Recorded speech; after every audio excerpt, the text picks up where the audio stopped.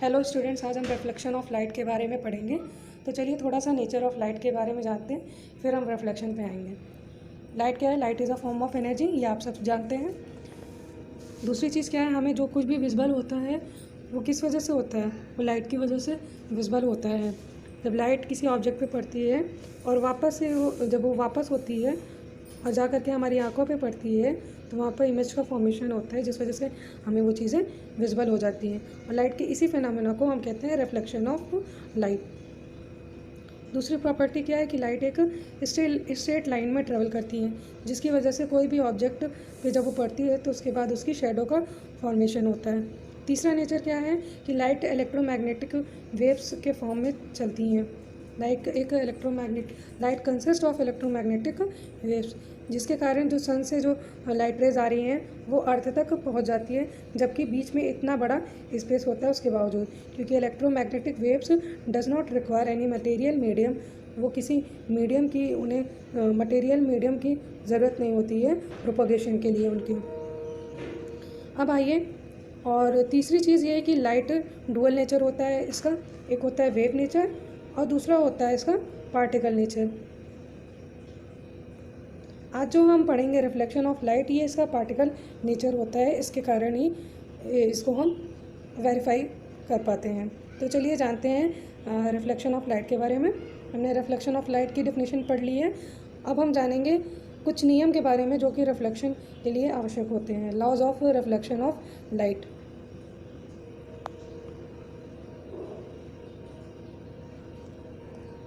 पहला नियम जो ये कहता है कि अगर कोई ये प्लेन मिरर है जिसका एक सरफेस पॉलिश है, ये वाला, और दूसरा क्या है, रिफ्लेक्टिंग है, इस पर हम एक नॉर्मल लाइन खींच लें।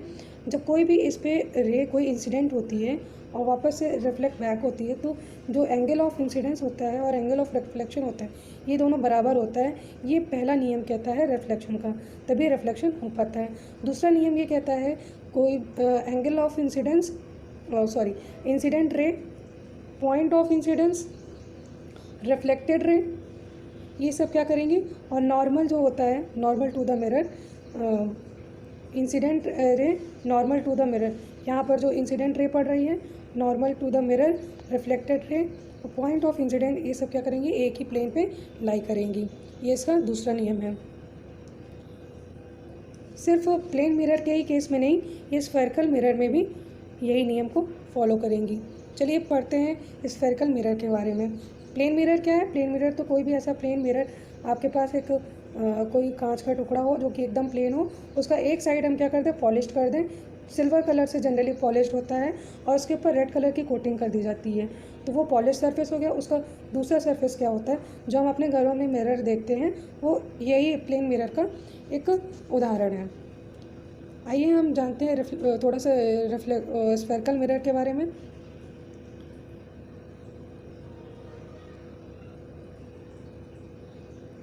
स्फेरिकल मिरर क्या होता है? स्फीयर का एक टुकड़े के कोई स्फीयर हो जो कि कांच का हो, इस टाइप से कुछ हो, और उसका कोई एक टुकड़ा ले लें, छोटा सा ले लें, वो कहलाता है स्फेरिकल मिरर। अब वो स्फेरिकल मिरर एक चीज़ पे डिपेंड करता है, वो है कि इसका रिफ्लेक्टिंग सरफेस। वो रिफ्लेक्टिंग सरफेस, क्योंकि स्फीयर का क्या है, ये स्फेरिकल मिरर है, इसका दो सरफेस है, एक ही है और एक ही है, तो जो सरफेस इसका रिफ्लेक्टिंग होगा उसी के हिसाब से उसका नाम तय होता है। जैसे ये कॉन्केव मिरर है। कॉन्केव मिरर में क्या होता है, इसका जो इनवर्ड वाला पोर्शन होता है, इनवर्ड वाला सरफेस होता है, ये रिफ्लेक्टिंग होता है, और उसका आउटवर्ड वाला जो पोर्शन होता है, जो कि बाहर की तरफ कर्व्ड होता है, कर्व्ड सरफेस जो उसका बाहर वाला रहता है, ये पॉलिश्ड रहता है। और कॉन्वेक्स मिरर में क्या होता है, कॉन्वेक्स मिरर में उसका अपोजिट होता है। इसका बाहर वाला सरफेस क्या होता है, ये रिफ्लेक्टिंग होता है, और अंदर वाला सरफेस क्या होता है, ये पॉलिश्ड होता है। चलिए आगे जानते हैं ये स्फेरिकल मिरर के इसके इमेज फॉर्मेशन के बारे में। उसके पहले हम स्फेरिकल मिरर के पार्ट्स के बारे में थोड़ा सा पढ़ लेते हैं। ये एक आपका पहला दिख रहा है, ये क्या है आपका, ये कॉन्केव मिरर है। क्यों कॉन्केव है? क्योंकि इसका इनर साइड, अभी हमने आपको बताया, ये क्या है, इनर साइड इसका रिफ्लेक्टिंग है। अब देखिए, कोई भी स्फेरिकल मिरर हो, उसका जो पूरा पार्ट होता है, जैसे यहाँ हमने एम लिख दिया, ये एन लिख दिया, तो ये एम एन क्या कहलाता है, इसका अपर्चर कहलाता है। इस पूरे पार्ट को, इस पूरे कर्व्ड एरिया को, कर्व्ड सरफेस को, इसको हम अपर्चर कहते हैं। इसका जस्ट मिड पॉइंट जो होता है यहाँ पर हम उसको बोल कहते हैं, जो कि पी से डिनोट करता है। अब क्योंकि ये स्फेरिकल मिरर किसी स्फीयर का पार्ट है तो यहाँ पर सेंटर ऑफ कर्वेचर भी होगा। तो इस सेंटर ऑफ कर्वेचर जहाँ से ये लिया गया है जिस स्फीयर से, वो तो निश्चित होगा, उसको हम सी से डिनोट करेंगे और वो इस स्फेरिकल मिरर का सेंटर ऑफ कर्वेचर कहलाएगा। जब हम इस पी और सी को ज्वाइन कर देंगे, क्योंकि ये सेंटर है और ये पोल है, तो ये रेडियस ऑफ कर्वेचर कहलाएगा। और जब हम इसी को और थोड़ा सा आगे एक्सटेंड कर देंगे तो ये प्रिंसिपल एक्सिस कहलाएगा।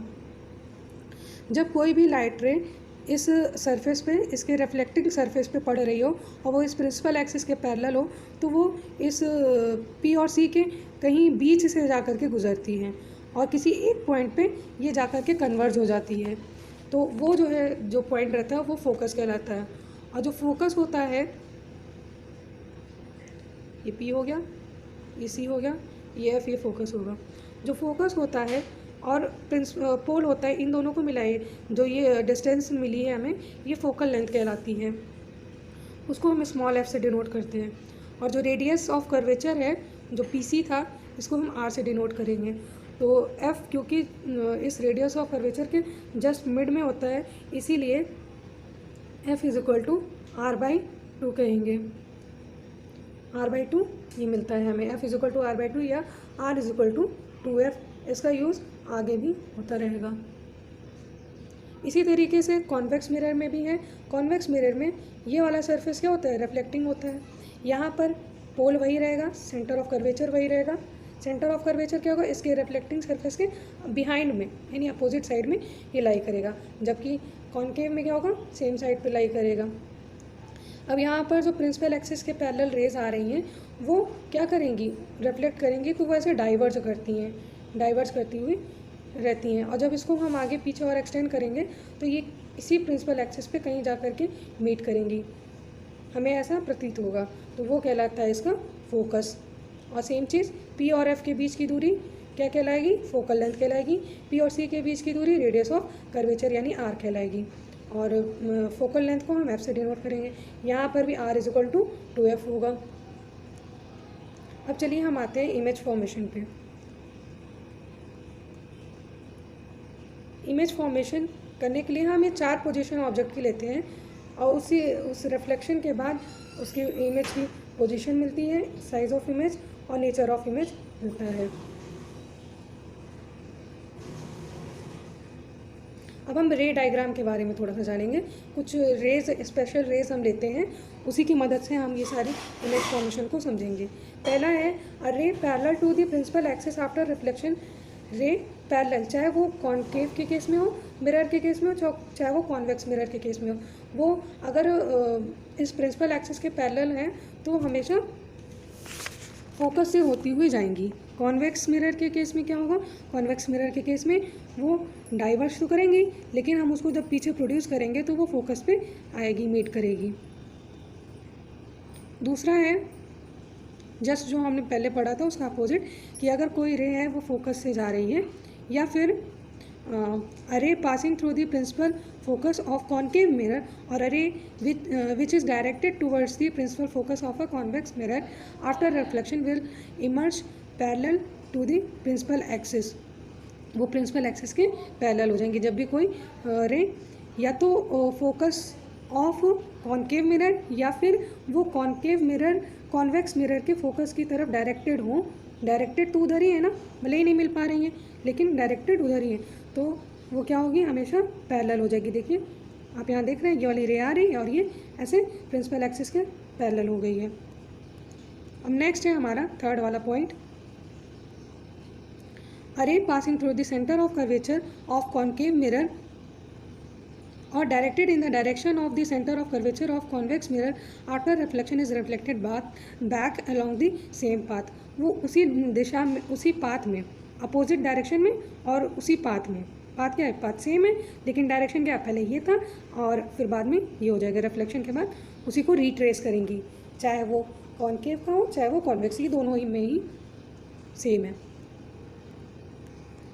फोर्थ हमारा कहता है कि the ray incident obliquely to the principal axis towards a point P P क्या है, पी जो एक पोल है यहाँ पर ऑब्लिकली वो पड़ रही हो तो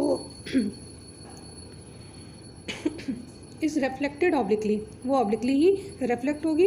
और यहाँ पर जो रिफ्लेक्टेड रे है और इंसिडेंट रे है ये दोनों लॉ ऑफ रिफ्लेक्शन को फॉलो करेगी, यानी I is equal to angle R होगा। इसी सब को देखते हुए हम इमेज फॉर्मेशन को पढ़ेंगे। अब हम पहला पढ़ेंगे कॉनकेव मिरर का। कॉनकेव मिरर में देखिए यहाँ पहला है, जब हमने क्या किया, ऑब्जेक्ट को इन्फिनिटी पे रखा, ऑब्जेक्ट को इन्फिनिटी पे रखा, यहाँ पर हमने दो रे ली। एक रे क्या थी, वो पैरेलल टू प्रिंसिपल एक्सिस थी और वो क्या करें, जा करके फोकस से होती हुई चली आई। और दूसरी रे क्या थी, जो कि सेंटर ऑफ कर्वेचर से जा रही थी और वो वापस उसी पाथ से आ गई। तो ये दोनों रेस कहाँ मीट करी, यहाँ फोकस पे मीट करी और यहाँ पर इमेज का फॉर्मेशन हो रहा है। अब ये इमेज क्या है, क्योंकि बहुत छोटी, देखिए बहुत छोटी मिल रही है ना एकदम पॉइंट हिसाब से, तो ये क्या है, बहुत ही हाईली डिमिनिश्ड है, हाईली डिमिनिश्ड है और ये इन्वर्टेड कहलाती है। तीसरी चीज़ ये क्या होगी, क्योंकि ये सेम साइड ऑफ मिरर पे बन रही है तो इसलिए ये रियल होगी। दूसरा केस क्या है, अगर हम ऑब्जेक्ट को सेंटर ऑफ कर्वेचर और इन्फिनिटी के बीच में कहीं पर भी रखें तो वहाँ पर क्या होगा, वहाँ पर इमेज फॉर्मेशन इस तरीके से होगा।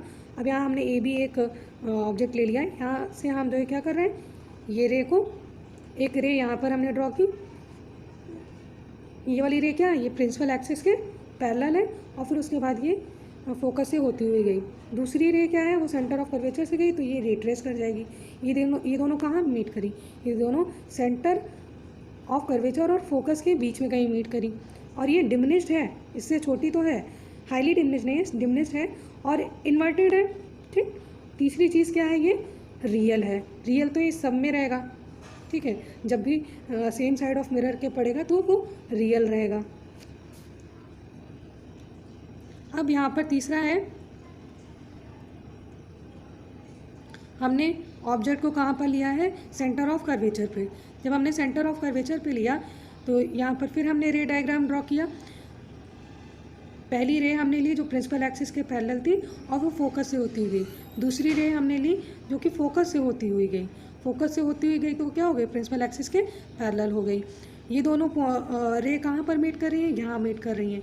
अब इसको जब हम प्रिंसिपल एक्सिस से मिला देंगे तो ये ए डैश बी डैश मिला, तो ये ए डैश बी डैश मिल रहा है, यानी ए बी का क्या हो रहा है, इन्वर्टेड हो रहा है। हाँ, इन्वर्टेड इमेज हमें यहाँ पर भी मिली थी, यहाँ पर भी मिली और यहाँ पर भी मिली। यहाँ पर क्या होगा, सेम साइज़ की मिलेगी और रियल मिलेगी। अब देखिए तीसरा हम लेते हैं, अगर हम ऑब्जेक्ट को सेंटर ऑफ कर्वेचर और फोकस के बीच में रखेंगे तो क्या होगा, पहली रे ये गई हमारी parallel to principal axis, focus से होती हुई गई। दूसरी रे हमने ली जो सेंटर ऑफ कर्वेचर से होती गई और वो सेंटर ऑफ कर्वेचर से वापस उसी पाथ में वो वापस रिट्रेस कर गई। ये दोनों रेज यहाँ पर मिल रही हैं और जब हम इसको यहाँ से मिलाएं तो ये क्या हो गया, ए डैश बी डैश, ये इमेज का फॉर्मेशन हुआ। अब ये इमेज क्या है, ये इमेज इससे बड़ी है, क्या है, इनलार्ज्ड है। दूसरी चीज़ क्या है, ये इमेज रियल है और इन्वर्टेड भी है। अब हमारा पांचवा है कि अगर हम ऑब्जेक्ट को कहाँ ले लें, फोकस पे रख दें। जब ऑब्जेक्ट को हम फोकस पे लेंगे तो क्या होगा, यहाँ पर एक रे हमने ली जो कि प्रिंसिपल एक्सिस के पैरेलल थी, फोकस से होती गई। दूसरी क्या थी, सेंटर ऑफ कर्वेचर से हमने ली, पास हुई तो वो पैरेलल रे सेम पाथ को रिट्रेस कर गए।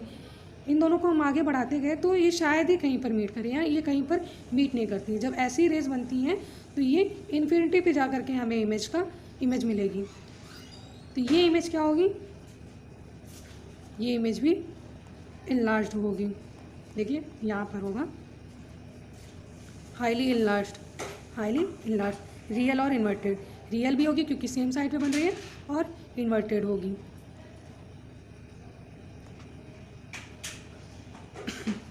अब हमारा लास्ट है, ये देखिए यहाँ पर क्या है, हमने ऑब्जेक्ट को कहाँ प्लेस किया, पोल और फोकस के बीच में प्लेस किया। जब यहाँ पर किया, रे डायग्राम हमने बनाया। रे डायग्राम यहाँ पर दो बन रहे हैं। पहला ये बन रहा है कि सेंटर ऑफ कर्वेचर से रे जा रही है और जो कि उसी को रिट्रेस कर रही है। दूसरा है कि पोल्स पे रे पड़ रही है तो वो लॉ ऑफ रिफ्रैक्शन को फॉलो करेगी, तो इस तरीके से सेम एंगल पे वो रिफ्लेक्ट हो जाएगी। और इन दोनों को जब हमने बढ़ाया तो इस तरफ तो ये डाइवर्जिंग है, इसलिए यहाँ तो कहीं मिलने की गुंजाइश नहीं है, इसलिए हम इसको अपोजिट साइड पे थोड़ा सा एक्सटेंड करेंगे और देखते हैं तो यहाँ कहीं इसकी इमेज बन रही है। अब क्या है, क्योंकि ये इस मिरर के अपोजिट साइड बैक साइड पे बन रही है तो ये आभासी होगी, यानी ये वर्चुअल इमेज बन रही है। और दूसरी चीज़ ये, क्योंकि ये देखिए इससे बड़ी बन रही है ना, तो ये इनलार्ज्ड है और ये इरेक्ट भी है, सीधी ही है ना, अपवर्ड डायरेक्शन में ही है जिस डायरेक्शन में ऑब्जेक्ट है।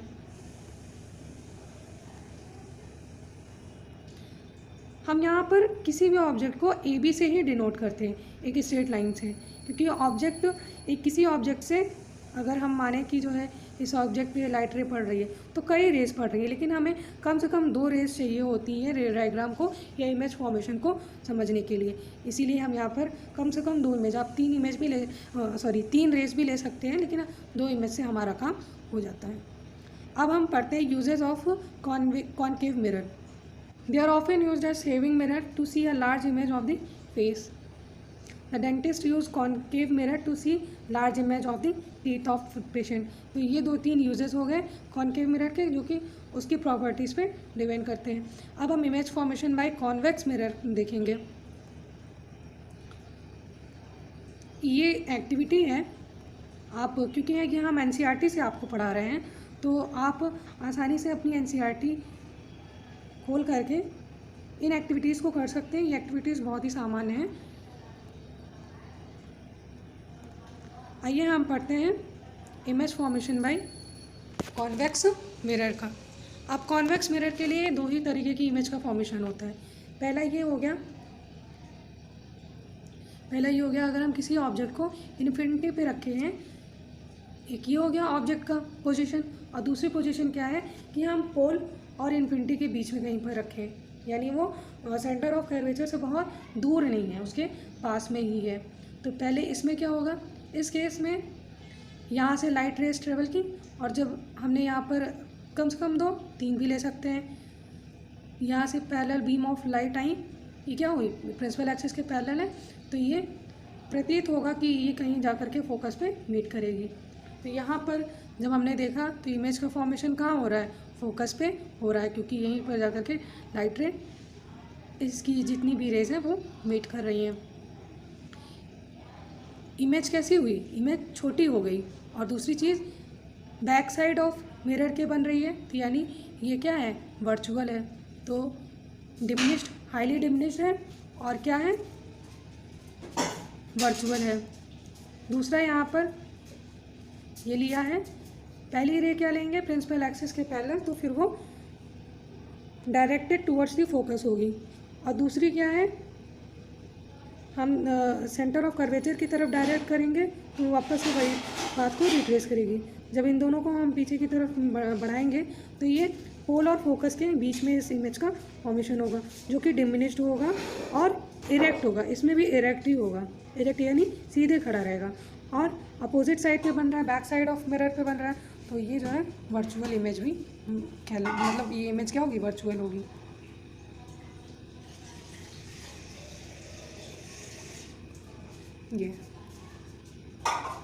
ये 2 चीज़ें, इसको आप देख लीजिए।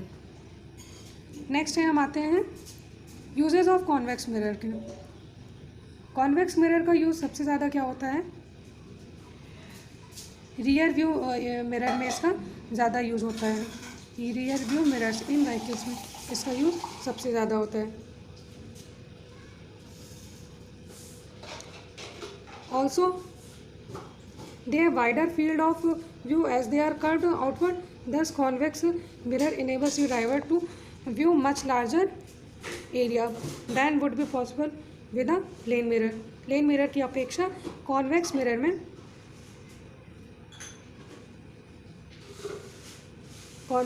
में ये ज़्यादा वो होता है, इसका जो है फील्ड ऑफ व्यू ज़्यादा होता है। इस तरफ से ऐसे पड़ेगी।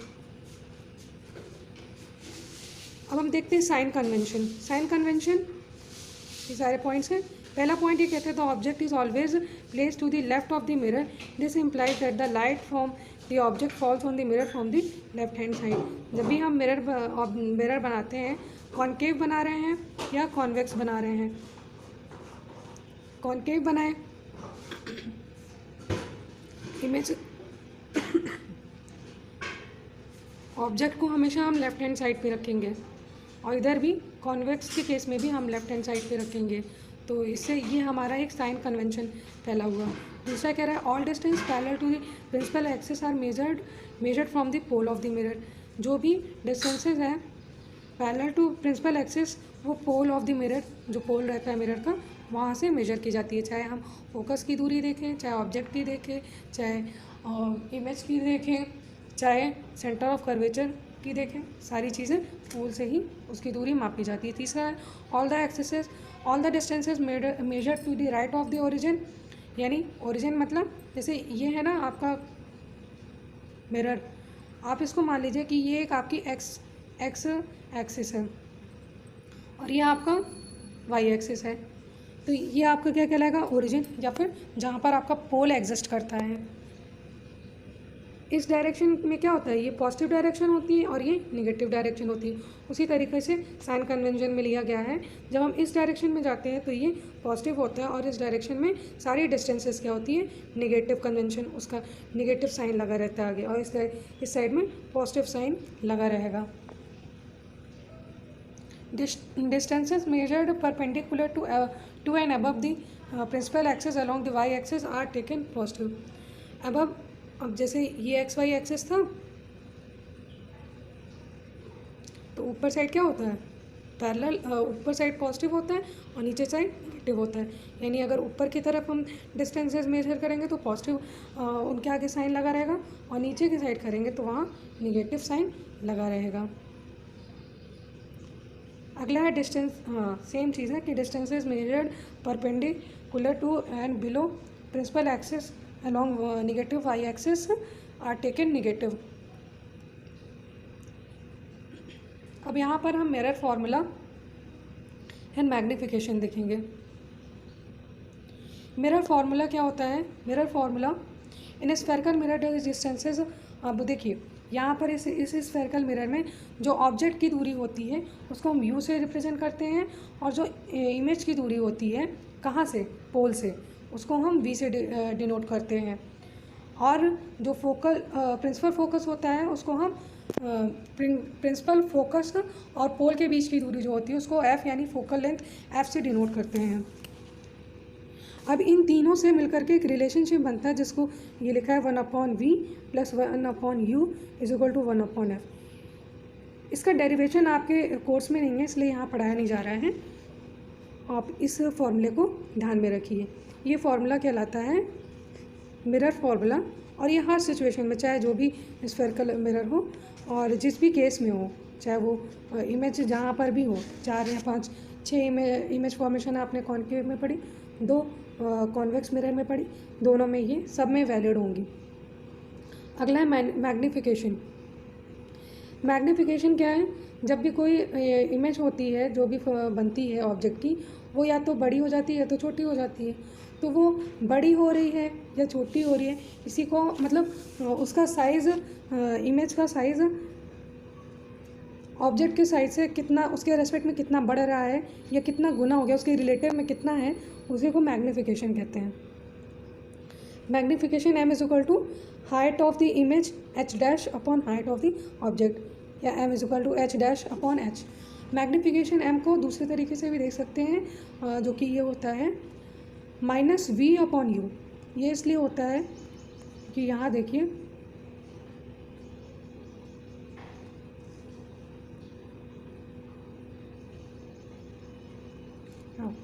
you may note that the height of the object is taken to be positive as the object is usually placed above the principal axis. The height of the image should be taken as positive for the virtual image. Virtual image के लिए क्या होगी, उसकी height positive रहती है क्योंकि वो ऊपर ही साइड रहती है,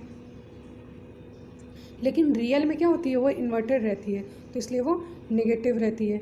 negative sign in the value of magnification indicates that the image is real. अगर यहाँ पर नेगेटिव साइन आ जाता है तो ये इसका क्या मतलब हुआ कि ये इमेज जो बन रही है वो रियल है, क्योंकि उसमें हाइट ऑफ इमेज और हाइट ऑफ ऑब्जेक्ट क्या होगी, ये दोनों अपोजिट डायरेक्शन में होंगी। तो चलिए स्टूडेंट्स, आज हमने जो है रिफ्लेक्शन ऑफ लाइट के बारे में पढ़ा। अगले लेक्चर में हम रिफ्रैक्शन ऑफ लाइट के बारे में पढ़ेंगे। अगर आपको इस लेक्चर में कोई भी कमेंट्स देना हो तो आप नीचे कमेंट बॉक्स में वो कमेंट्स दे सकते हैं। और आपको हमारा वीडियो ये लेक्चर कैसा लगा, पसंद आया आपको या नहीं, वो भी आप हमें बता सकते हैं। Thank you for watching my video.